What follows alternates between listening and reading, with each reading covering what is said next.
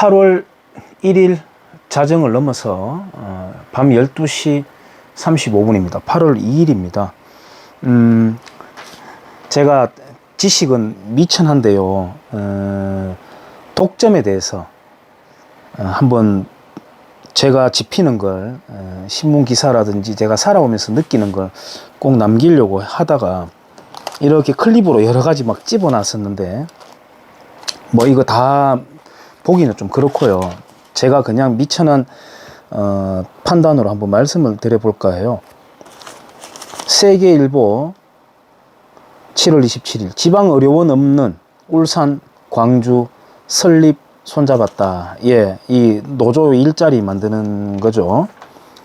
홍준표 의원이 과거 경남도지사 할 때 진주의료원 없애버렸지 않습니까? 하루 내원하는 환자 수보다 노조원들이 더 많다는 그 전설의 진주의료원. 조선일보입니다.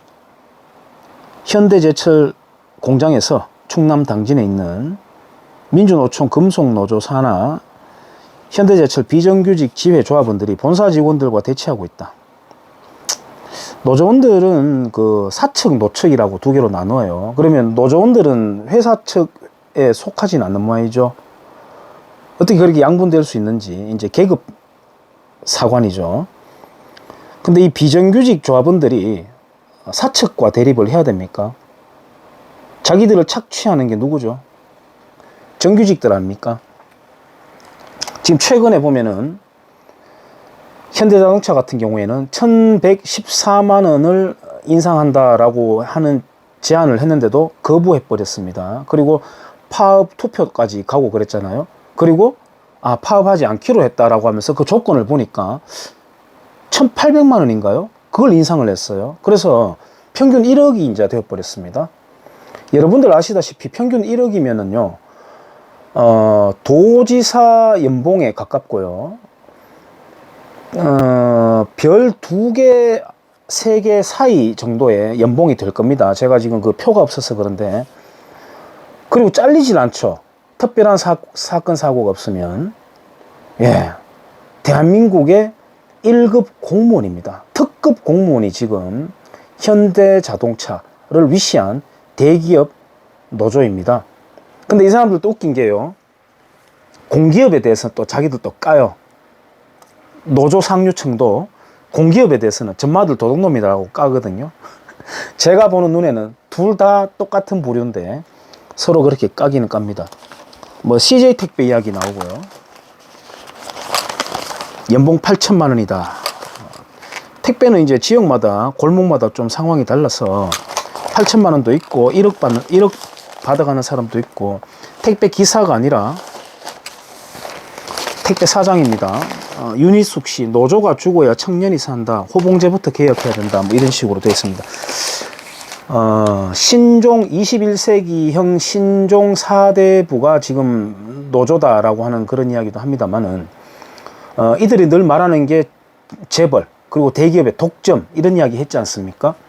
아까 제가 얼핏 말씀드렸습니다만은 CJ 택배 사장님들 지금 그때 교섭 내용 중에서 보면은 월 수입 700만 원까지 최저 700만 원을 보장하라는 것까지 있었습니다. 자기들이 셀프 공무원화 하고 있는 겁니다. 예, 사업자들이 명색 사업자들입니다. 저는 상인들을 굉장히 높게 평가를 해요. 자부심을 갖고 있거든요. 근데 명색 사장들이 노동자 코스프레를 하면서 그렇게 하고 있습니다. 연봉 1억, 2억, 10억도 저는 가능하다고 봐요. 다만 생산성이 받쳐준다면. 근데 그 평가를 누가 하죠? 자기들이 평가하고 자기들이 레벨업을 계속 시켜오고 있거든요. 그러면서 하청 기업들은 어떻습니까? 극명하게 차이가 나버리죠. 주야 띄어가지고 연봉 3천 막 이렇게 받거든요. 그러면 그들이 늘 주장하는 동일 노동, 동일 임금 제도가 맞습니까? 그 철학이 맞습니까? 안 맞잖아요. 하청 2차, 3차 밴드 있는 사람들 직업 숙련도가 그렇게 떨어질까요?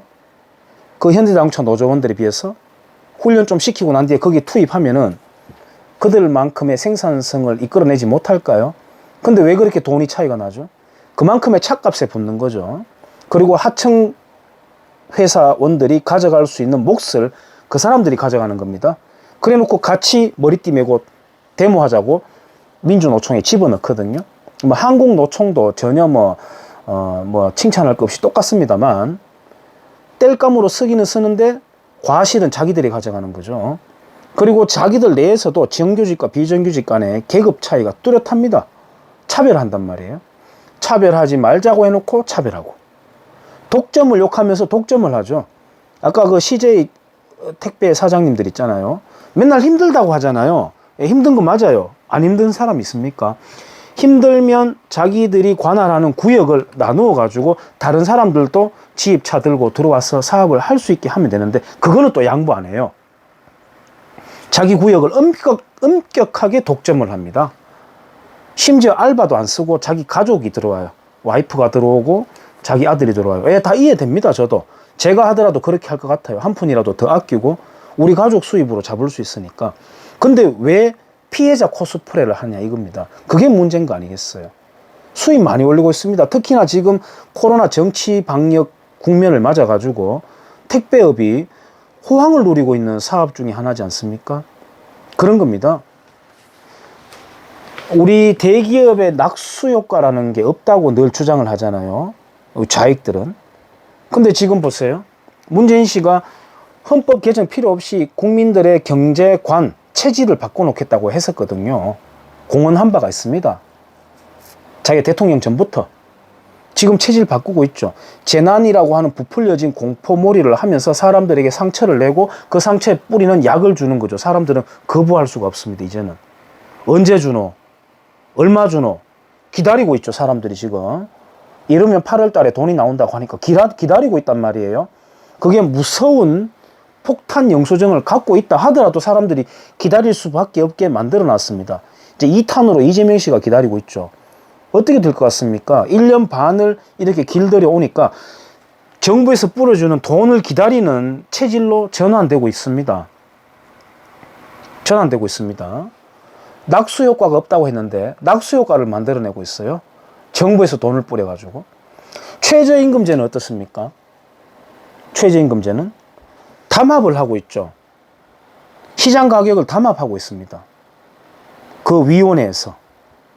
늘 담합하면 안 된다, 뭐 어떻다, 공정해야 된다라고 하면서 임금이라고 하는 것도 가격 아니겠습니까? 노동 가격입니다. 그것을 노사정위원회라고 하는 집단이 담합해서 일괄 적용시키고 있는 것입니다. 공정거래법 위반 아닙니까? 독점 욕하면서 독점하고, 담합하면 안 된다고 하면서 담합하고, 낙수 효과는 없다고 하면서 정부에서 낙수 효과를 만들어내고 있죠. 물론 그거는 거짓 낙수 효과지만, 나라 망하게 하는 낙수 효과지만, 성장이 안 되는 침강하는 낙수 효과죠. 뭐 지금 교과서 출판 시장도 마찬가지입니다. 박근혜 정권에서 국정교과서라고 하는 그 단어가 굉장히 위압적으로 느껴지니까 사람들이 몰라서 그런데 7개인가 8개인가요? 출판사 중에서 교학사 교과서 한 가지 빼놓고는 이름만 다를 뿐 좌익 일색 카르텔로 똘똘 뭉쳐진 출판 시장 꿀 빠는 자들이거든요. 독점하고 있는 겁니다. 자기들끼리. 지금 저는 좌우 따질 것 없이 학령 인구가 지금 10년 동안에 30% 가까이 줄어들었거든요. 근데 교육청 직원은 80% 이상을 증가시켜 버렸습니다. 교육청 예산도 계속 불어나고 있습니다. 지금 최근에 들어와서는 민주노총도 마찬가지고 교총도 마찬가지예요. 더욱더 반학급 수를 줄이고 아이들 인원을 줄이고, 그러니까 자기들 교원들이 자리 없어질 것을 이제 방지를 하는 거죠. 미리. 그 좋은 머리를 그런 잔대가리로 쓰는 겁니다. 물론 학생들이 밤마다 할당 인구가 작아지는 건 좋은 현상이긴 해요. 하지만 그들의 의도는 그게 아니잖아요. 자기 일자리 사라지니까. 그리고 지금 최근에 코로나 때문에 학업 성취도가 떨어지니까 학교형 과외를 한답시고 또 예산을 배정을 하지 않습니까? 그러니까 교총, 민주노총 할 것 없이 자기들 밥그릇 차지하는 데서는 똑같다. 그 학교에서 예를 들어서 뭐 급식소에 일하는 사람들, 그 비정규직들 정규직 하자고 하니까 물론 그건 안 될 일이지만 그때는 또 초월적으로 그들이 담합을 하거든요. 합심을 하거든요. 교총과 민주노총 똑같이. 경주에 한수원 본사가 있잖아요. 그 양북에 있습니다. 산속에 있어요. 사찰이 되어 있습니다. 사찰. 도심에 들어올 것을 양북 주민들이, 양북 그 시골 주민들이 경운기 타고 와서 막 데모하니까 그쪽으로 갔습니다. 예. 근데 그 동네도 발전 없습니다. 산속에 그냥 턱 하고 자리 잡고 있습니다. 그걸 우리가 한수사라고 합니다. 한수사. 예, 절 이름을 따서. 근데 어쨌든 거기에 가면은 그 본관 옆에다가 테마별로 가끔씩 이제 전시회를 해요. 제가 가니까 한번 가니까 이 책을 나눠줘요. 엑스레이에 관련된 책입니다. 각종 우리가 생활 속에서 볼 수 있는 식물, 뭐 기계, 또 사람의 인체 이런 거를 아주 작품성도 있다고 봐요. 종이도 아주 고급 종입니다. 이걸 돈으로 주고 사면은 얼마 할까 이런 생각을 하다가 한 권 갖고 가라 하더라고요. 전시 온 사람, 전시 그 관람 온 사람들에게 하나씩 다 갖고 가래요. 공짜로. 그래서 와, 이런 고급 종이로 된 책을 공짜로 줍니까 해서 딱 보니까 한겨레에서 만든 겁니다. 한겨레 미디어 그룹에서 만든 겁니다. 예. 이게 공짜 돈이겠습니까? 이게 다 세금 들어간 돈이죠. 세금 들어간 돈입니다. 한수원 본사에서 여기다가 일감을 준 것이죠. 일감 몰아주기. 맨날 욕하던 거 자기들이 다 해요. 일감 몰아주기, 낙수효과 없다면서 낙수효과, 독점 욕하면서 독점하고. 그렇지 않습니까? 착취하지 말자고 하면서 자기들끼리 계급 지어가지고 착취도 하고. 지금 대한민국은 이들이 만든 카르텔에 뿌리 뽑히고 있습니다. 우리 모두가 호구 잡히고 있는 거죠. 호구 사피엔스가 되어버린 겁니다. 신종 독점 집단이 되어 있습니다. 신종 독점 집단. 이거 좀 깰 수 없을까요? 이거 좀 깰 수 없을까요? 뭐 이대로 가더라도 국가가 계속해서 존속할 수 있고 번성한다면 모르겠으되 이거는 몰락으로 가는 길이잖아요. 뻔하게 예견된 길이잖아요. 뭐겠습니까? 공정이라고 하는 게 지금 화두다, 시대 정신이다라고 말하지만 그 어느 시대인들 공정이라는 게 우리의 관심 밖에 있었던 적이 있습니까? 항상 우리는 공정을 원해왔어요. 그러면 가장 명확한 공정은 뭡니까? 경쟁이죠. 거기서 낙오한 사람들을 어느 정도 거물로 떨어지지 않도록 받쳐주고 사다리를 조금 대주는 역할을 하는 것에 정부의 역할이 있을 뿐이지 경쟁인 것이죠. 경쟁이야말로 가장 좋은 공정 아니겠습니까? 압박을 받고 있다. 시험에 대한 압박이 있다. 면접에 대한 압박이 있다. 내일 일어났을 때 매출에 대한 압박이 있다. 압박은 곧 뭐겠습니까? 나에게 기회가 있다는 거죠. 조선사회에는 일부 세력을 빼놓고는 아예 기회가 없습니다. 희망이 없죠. 그러니까 남자들이 놉니다. 전체주의 국가, 공산주의 국가, 몰락하는 국가일수록 여자와 아이들이 개고생을 하고 남자들이 게으릅니다. 남자들이 게을러요. 러시아 사람들이 그랬지 않습니까? 공산화 되고 난 뒤에 남자들이 게을러요. 독한 술 마시고 퍼질러져 자고 노름하고 남자들이 게을러요. 그게 아니라 정말 이거 하면 내 거 된다라고 하는 그런 불타는 의지를 갖고 성장해 왔는 대한민국 아니겠습니까? 지금 근데 그 사다리들을 다 누가 꺾었습니까? 아까 제가 민주노총 현대자동차 대표적으로 말씀을 드렸습니다만 솔직히 딱 까놓고 말해봅시다. 생산 라인에 취업한 사람 중에서 신문에 나와 있는 공식적으로 공고문이 있다. 사원 모집을 하는. 그리고 거기에 라인업을 쫙 해가지고 공정 경쟁을 해가지고 거기에 입사한 사람 과연 몇 명 있습니까? 혹시 누가 제 영상 보면 댓글로 좀 남겨주세요. 나는 공정하게 경쟁을 통해서 들어왔다라고. 현대자동차 1차, 2차 밴드만 하더라도 노조 끝발 아니고 그렇게 들어갈 수 있습니까? 공정 경쟁했다는 어떤 정황을 한번 내보세요. 지방신문에라도, 벼룩신문에라도 그런 사원 모집한다라고 하는 1차 밴드에서 몇 월 며칠까지 원서 내라. 그리고 공정하게 면접 보고 무슨 자격증 내고 예? 서류 검증하고 해서 거기에 취업한 사람들 그런 사례 있습니까? 항만노조 세습 안 하나요?